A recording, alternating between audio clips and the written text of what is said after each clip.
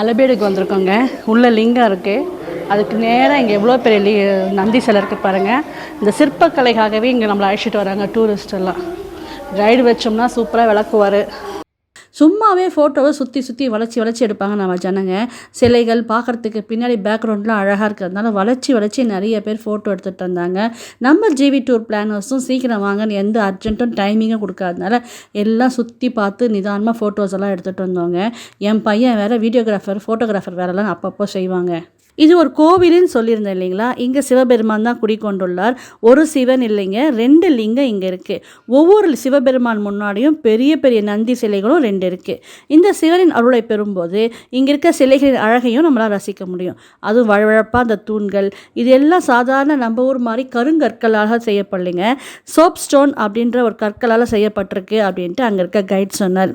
இந்த மாதிரி இடங்களுக்கு வரும்போது காசுக்கு பால் மாறாமல் கைடை வச்சுட்டோன்னு வைங்களேன், அவங்க தெளிவாக விளக்கிடுவாங்க.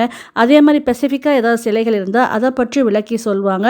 நம்மளுக்கு அதை காட்டவும் செய்வாங்க. முக்கியமாக குழந்தைகளை கூட்டிகிட்டு வந்து காட்டணுங்க.